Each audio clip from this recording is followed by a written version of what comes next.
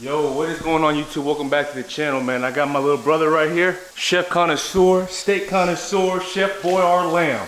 Hey, today we are gonna whip up some beautiful, beautiful ribeyes. He's gonna show you guys how he does it. Just pick these up right here. Beef ribeye steaks, USD, select bonuses. Getting time, some Texas toast. We're gonna start the toast now because it takes a while to cook. And I like to have my toast fresh whenever I finish the steak, so. Fresh toast. Take notes, guys. This man is timing the toast at the time of the completion of steak.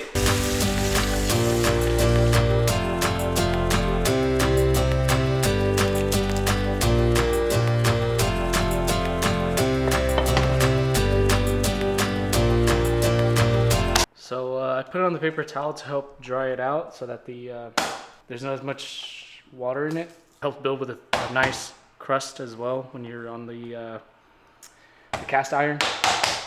So that's what the paper towel is for right now. I'm just crushing up garlic because the plan is to do garlic butter seared steak. This is actually Gordon Ramsey style. By no means is it the best, but Gordon Ramsey, bro, you learn from the best, man. This is the best.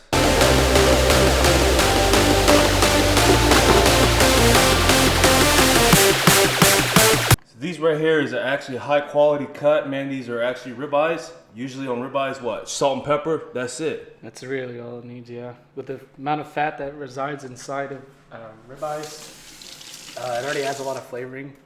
So you don't really need to add many more seasonings except for salt and pepper. So after you guys get it done on a towel, make sure you guys remove all that moisture, right? Salt and pepper, both sides, as well as the edge. Check out that technique.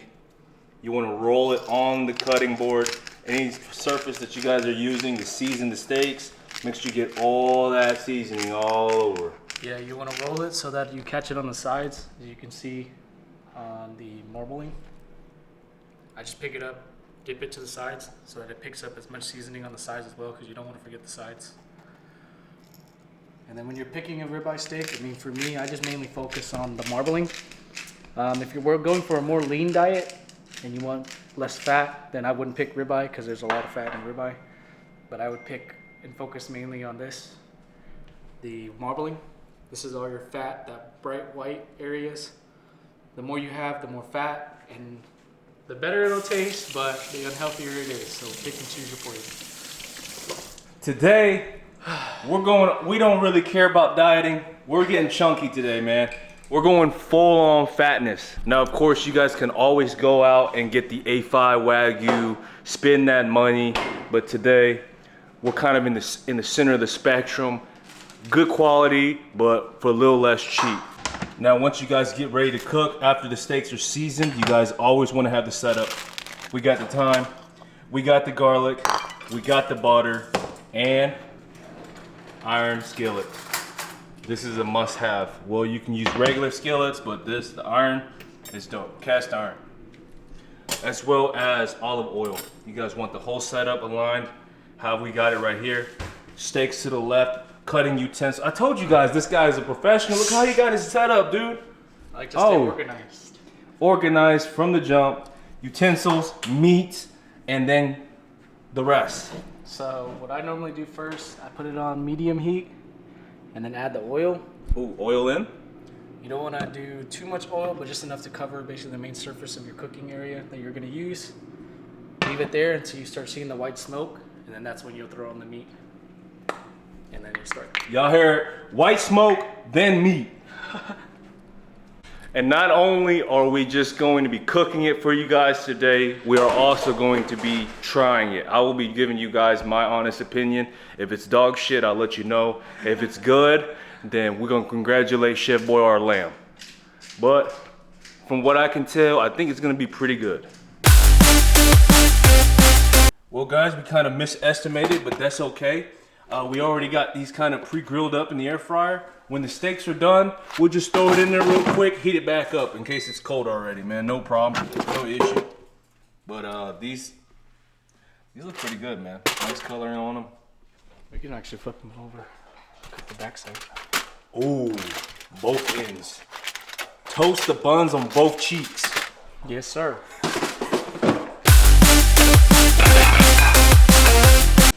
So as you can see, we've had it on. I don't know if you can tell with this camera, but there's a little bit of white smoke coming out from the center. That's what I'm looking for, and that's when I know it's ready to apply the steak. After that, you want to pay very close attention to the butter, because if your pan's too hot, your butter is gonna burn, and that's when you start getting the yellow, the brownish color coming from the butter. So if you have that, then reduce the heat, because you don't want to burn your butter.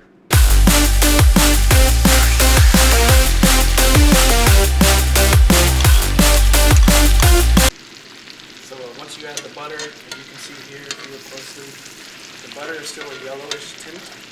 That's what you're going for. If it's turning brown, the heat's too high, you need to turn it down. The problem with cast irons is that they contain the heat very well, so it might take a long time for it to get back down. But next step is to add the garlic. Once you got the garlic in, I usually leave it until it starts browning. And once it starts browning, then we can add our thyme. I add thyme just to add the fragrance.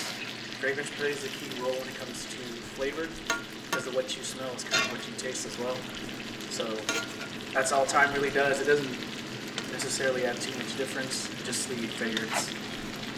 And then once you have your garlic butter starting to settle, so you can see the browning starting to happen, I take the excess butter and then I sear it on top, basically coating it in a layer of butter.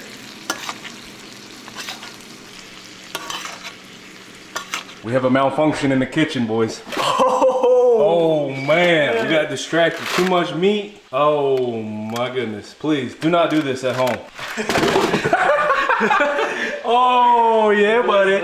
Hey, but one still can be saved, kinda. Right there, top left corner. Yeah, just cut this part right here. Oh man. Alright, Let's give it a shot.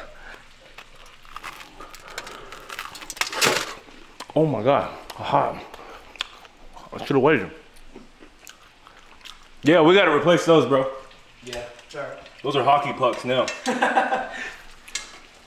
So we got rid of the old ones, burnt. I just replenished our air fryer with brand new ones. These are the last 4 we got, so hopefully we don't mess these up. We're gonna go ahead and put them back in. I don't know if this is the best setting for them, but 370 is the norm. Let's bump it up, 6 minutes, man, should be fine. Now we're gonna time it, because now we got the steaks already flipped. Ooh, look at that bad boy. Just the top, some fragrance, get some fragrance in there. Yeah, buddy. Sir. Actually, yeah, man. A little bit more, man, throw them all in there. Send it. Full send, bro. Of course, when the kitchen starts smelling good, the doggos are in the kitchen. Yo, what are y'all doing? Y'all not getting none? All right. Most people use thermometers. I just do it by feel. Usually when you push down on the meat, if it's super squishy, then you know it's not good. It's still, that fucking cow is still moving. So I usually play by feel. Usually it's about the level of your wrist. You push down about here, it's about medium rare. This is medium, and then I believe it gets tougher as you go up, but I never go further than medium rare, because it kind of ruins the moisture and the softness of the steak. And then it feels like you're eating tires.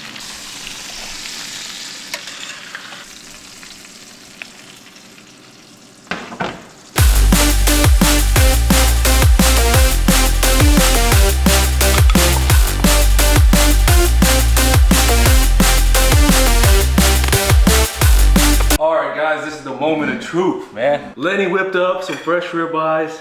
Let's go in here. Medium rare, of course. Let's see what we got, bro. Ready? Yeah. Cheers. Boom.